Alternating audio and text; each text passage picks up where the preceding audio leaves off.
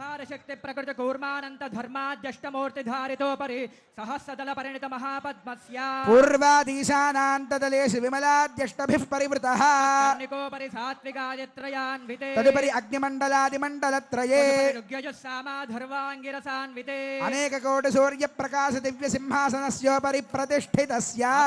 तेजो राशिभिः अखिल जगन्मातृश्रीभूनीलाभिः परिसेव्यमानस्य